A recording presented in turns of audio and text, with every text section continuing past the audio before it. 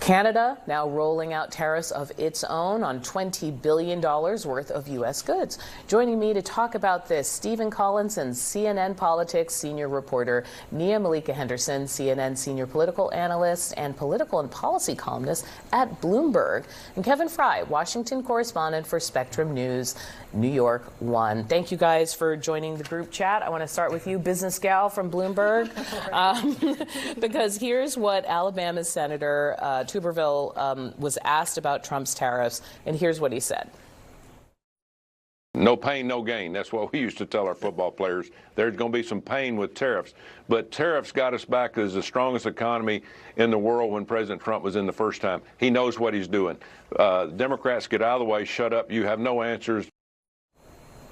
Okay, no pain, no gain. Yeah, I mean, it's quite a slogan, and certainly wasn't the slogan that Donald Trump ran on. He, of course, promised... Maybe Biden should have run on that. Yeah, I mean, he promised immediate relief, but you do see this shifting rhetoric now. I've actually got a piece up on Bloomberg about this idea that even if there is a recession, it's worth it because there is wealth and riches on the other side. You know, Senator Tuberville talked about the last time there were tariffs. There was a lot of loss in terms of status and stature among farmers and the soybean. Yeah. Though there was some appeasing of them through, I think, some subsidies at one point. I think that's right. And now right. I think Donald Trump's message to them Stephen, is I heard you like, have fun. Nodding. It's fine to say no pain, no gain if you're in a cabinet of millionaires and billionaires. And if the economy turns against the administration, I think that's going to be a real political liability. It's interesting to me that how often a new president gets elected and then takes their eye off the thing that probably got them elected. Interesting. The economy, say more. Right. The economy, in this case, people were telling President Biden for months they were worried about high prices. Now, through our poll, they're telling the Trump administration that hasn't been the primary focus. They say, well, we're going to drill, baby, drill. Tariffs going to make us all rich. But if you're telling people the economy is good and getting better, right, when most people think it's getting worse, something's and not I going to do work. remember during the campaign, does anyone else remember this, Trump campaigning in front of like cereal boxes? Yeah. Yes. And now it's a cyber truck, and I'm like, this feels different. Here's a soybean farmer, to your point about farmers, saying nobody's going to win a tariff war. You know, they aren't good for the other countries, they aren't good for me, and who could blame them putting reciprocal tariffs on us? You know, it's just a match, you know, and nobody's going to win. Okay, real talk from Polk County, Iowa. Kevin? I was talking to a farmer yesterday as well from upstate New York who's a dairy farmer, and he, obviously Trump is threatening within the last week, and he's played with this before, but putting tariffs on Canadian dairy as part of an ongoing feud between the two, and this is a long-standing issue that dates back pre-USMCA and so forth. But even if the tariffs go into a place that Trump is kind of toying with, one economist I spoke to said basically Canada will just put up theirs and then they'll cut off any market access that they were even hoping to gain through some sort of leverage with Canada. But on top of that, in the meantime, in the short term, this farmer was telling me that they could see an up to 10% reduction in their own bottom line because milk prices are down because of the ongoing tit for tat. And on top of that, some of the stuff they get from Canada, like their feed, has gone up in price because of the tariff. Now, what's interesting is you got all that. We just got a deep dive into commodities from you, which, you know, I like it. You're bringing some good energy this morning. But the farmer gave us a very, people understand what tariffs are now, right? Like, he was giving me the explanation I used to hear from economists. Tell us that tariffs are a tax cut this week, which they're not, because they put prices up for everybody. But it's one thing for you to say it. It's another thing for the soybean farmer to say it. Sure, but those farmers, they're, you know, pardon the pun, right on the ground. If you're an arable farmer, you need certainty about how much feed, how much seeds you're going to buy this time of year, and you're going to take out a loan that's only going to be paid off when you get the profit in the fall. So these are like, you know, small businesses like farmers are particularly affected by tariffs, even more so than some of the bigger businesses that can bear the costs. Yeah, I like that we're starting there because we're going to hear more about the business community. There's some cracks beginning to show there. Please stick around. Okay, bringing in the group chat because a day after I had this conversation with her, Politico was reporting yesterday that Interior Secretary Doug Burgum told a group of energy executives that U.S. public lands are, quote, national assets that could be used to help pay down the national debt. What are we looking at? Yeah, I mean, listen, if you think about what Donald Trump was saying in his speech to Congress, he talked about rare earth minerals, right? Where are they going to go to find these rare earth minerals? To and the drill, extent baby, that drill. Drill, baby, drill, yeah. all of this. So the idea that, what she's talking about, it certainly could happen. And there is this privatization push. You think about the conversations around the United States Post Office, even with schools and cutting. Stephen, have you been hearing this as well, or is this? Well, when you have a president who is a real estate mogul and he's basically not giving any doubt that he sees many disputes in the world, Gaza, for example, as a real estate issue, that's the frame of reference of the administration. And I think there's a lot of people who believe that this could be creeping privatization. The issue here, though, is that when you start talking about federal land, you're touching a really sensitive issue that's definitional to many people, that's existential, almost spiritual. Yeah, the land I was about to say, is so important. National parks welcomed 333 million visitors last year. I was among them. I had planned to be this year. And I recall that in 2017, the former Republican Congressman Jason Chaffetz tried to introduce a bill that would, along these lines, to sell off certain federal lands. Major backlash. Well, and I'm also thinking with it beyond the spiritual, also the economics of this, which is that these public entities have around them towns and communities that build up based on people coming to these public lands. Very true. And so there could be ripple effects if they start shutting off access or restricting how many people can get on the land. Which is just the short-term stuff. When you're in line, when you're waiting for your camping permit, when there's no bathroom open for miles after you decide to go for a hike that day. I mean, this also plays into, I think, one of the potential building vulnerabilities for the Trump administration, which is the idea of DOGE and constant cutbacks on what government is, and people, as we saw with the farmer earlier, kind of waking up to what government does and what role it currently plays in our lives and what it could evolve to if we start going this privatization route. All right, you guys, thanks so much for talking about this. And you might be wanting to hear more from Riva, more about this issue. Check out the latest episode of The Assignment. New ones drop every Thursday. Minority Leader Chuck Schumer says Democrats have enough votes to block Republicans' latest spending bill. His message to the GOP: work with Democrats to pass a short-term deal so they can continue to negotiate a full-year funding plan. But the clock is ticking. Tomorrow is the deadline if Congress wants to avoid a government shutdown. House Speaker Mike Johnson already blaming Democrats for a potential shutdown. He was posting this online. If Senate Democrats block an up or down vote on this, then it's crystal clear. They want to shut down the government, period. Full stop. Even fellow Democratic Senator John Fetterman of Pennsylvania has a warning to Schumer.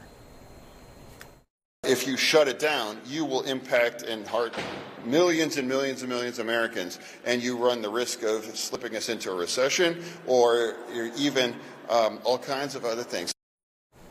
Bringing back our friends, Stephen, Nia Malika, and Kevin Frey. Kevin, you're from New York, so I want to ask you about this spat. Anytime I bring up a Fetterman quote, it's kind of like going to be oppositional, it feels like, to what Democrats are doing. Can you put this in some kind of context for us? Yeah, I mean, and you have to build off of what Mike Johnson put in that tweet. I mean, they're also dubbing this the Schumer shutdown in the event that this goes sideways in the next few hours. What I find kind of fascinating here is that in the lead up to this, Democrats had viewed this as essentially kind of their key leverage point to try to extract something from the Republicans.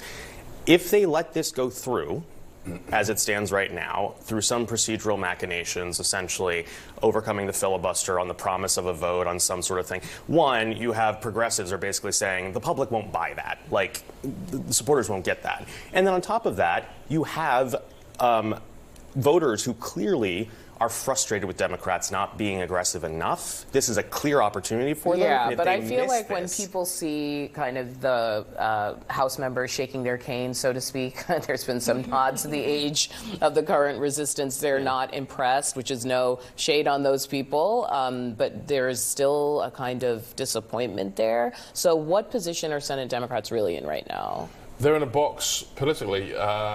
Let's face it, they don't have the votes to do something serious.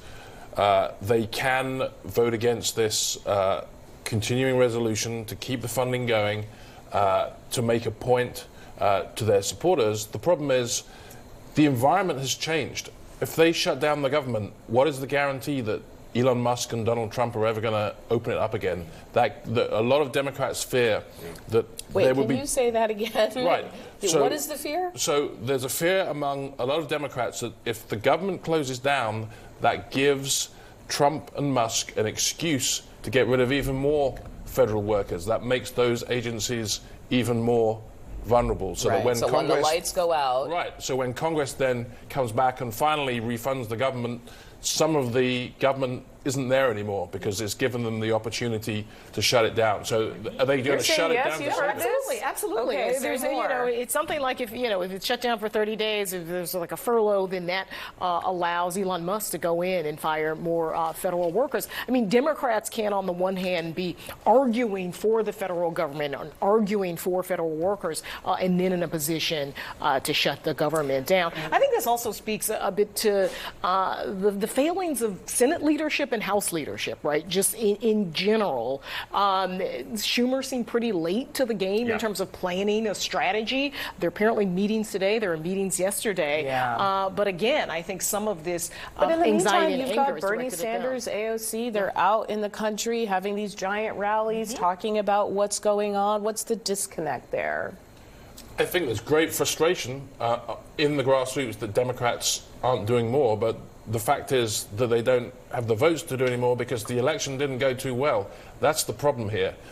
You can make a protest, but you can't change things. They're saying, well, we need more time so we can negotiate with Republicans to get a fair deal.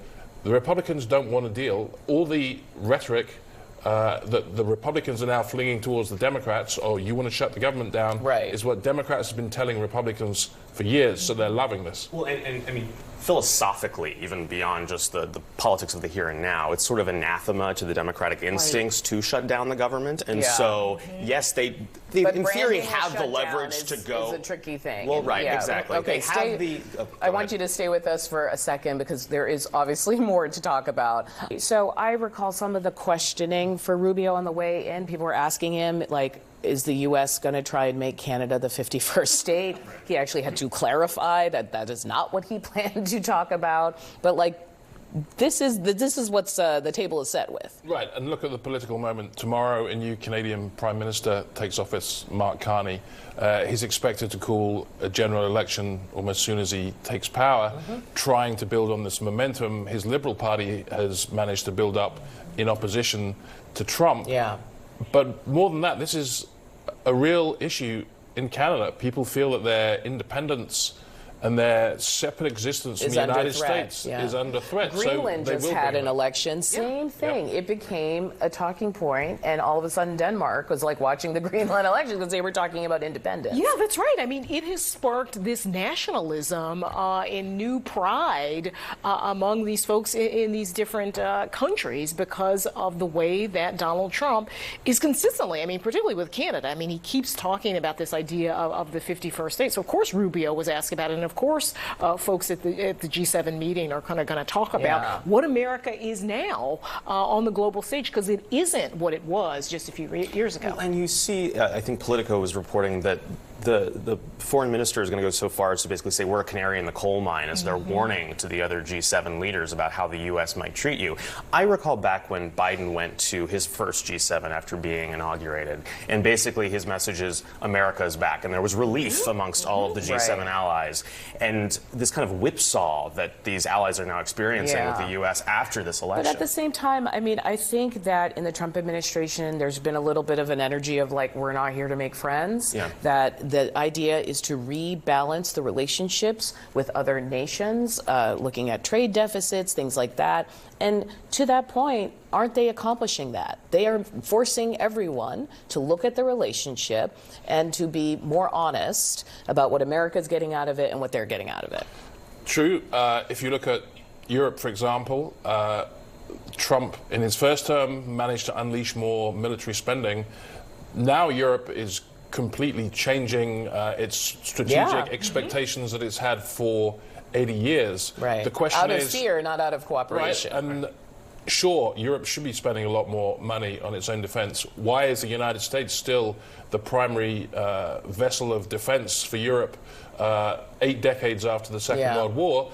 But does this make the United States stronger if Europe goes its own way? There's a reason why Europe hasn't developed its own defense industry, because the United States didn't want it to, because it wanted to be interoperable with American systems. And one more thought about this. I'm fascinated by Carney because he is a banker. Yes. And he helped the UK navigate a crisis. He helped Canada navigate a crisis. They brought in a turnaround guy. Yeah. I mean, this is a business guy, and we'll see what Trump's reaction is. He, of course, soured on Justin Trudeau. This is a businessman, a handsome businessman, and we know You're just adding that in. Yeah, and I love it. I love it. This is just something that Donald Trump thinks about, right?